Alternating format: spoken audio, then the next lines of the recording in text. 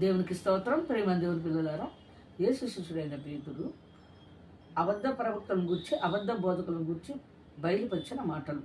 2వ పేతురు పత్రిక 2వ అధ్యాయము 1వ వచనం నుండి మనం చదువుకుందాం. మరియు అబద్ధ ప్రవక్తలు ప్రజలలో ఉండిరి, అటువలనే మీలోనూ అబద్ధ బోధకులుందురు. వీరు తమను కొనిన ప్రభువును కూడా విసర్జించుచు తమకు తామే శీఘ్రముగా నాశనము కలుగు చేసుకొనుచు నాశనకర్మకు భిన్నాభిప్రాయములను రహస్యముగా బోధించుదురు. మరియు అనేకులు వారి పోకిరి శాస్త్రాలను అనుసరించి నడుతురు. వీరిని బట్టి సత్య మార్గము దూషింపబడును. వారు అధిక లోబులై కల్పనా వాక్యములు చెప్పుచు మీ వలన లాభం సంపాదించుకుందురు.